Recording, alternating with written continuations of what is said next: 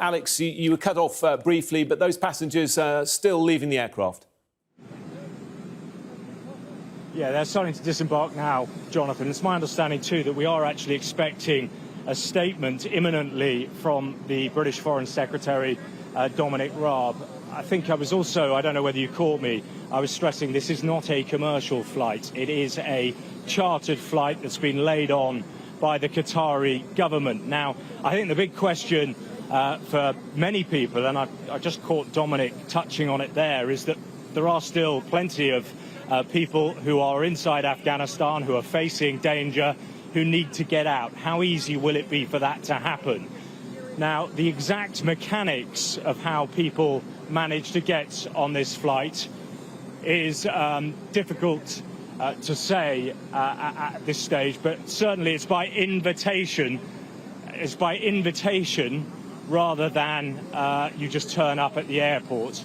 Now, obviously, some of these pictures that we're showing you are quite sensitive. So some of the people here, they have families still there, and they are obviously vulnerable people. So we need to be very careful of what we show you, which is why we're going to push the camera back and not focus too closely on the people coming off this flight at the moment. But it has been a tremendously difficult ordeal for these people. Many of them desperately frightened, stuck inside the country, not knowing how they were going to get out. But of course, some have managed to get out and got aboard this flight. About 13, we understand, in terms of the Brits. But unfortunately, there are still people trapped inside the country. The question tonight, of course, is how are those people going to get out?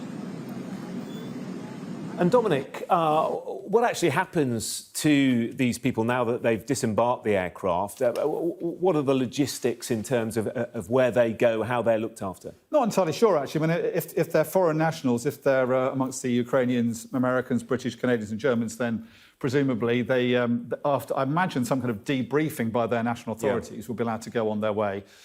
If they're Afghan nationals who have legitimate travel papers, and they're travelling because they feel vulnerable, because of their connection either as translators or people who've helped and assisted the Brits or the Americans during their time in Afghanistan, they feel they have to get out for their own safety.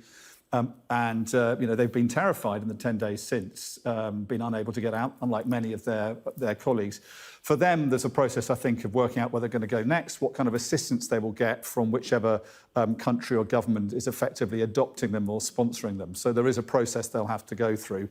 You know, it's a process, I think, that will then be followed by further flights. So we're not really sure as to how many flights are likely to be. What they're saying at the moment is this is just a test. It's not the first of many. And I think the reason for that is that they're not trying to raise hopes too much. They're not managing, they are managing expectations. I think it's a flight-by-flight basis because, you know, it was a question as to whether this flight could take off, given the situation in Afghanistan.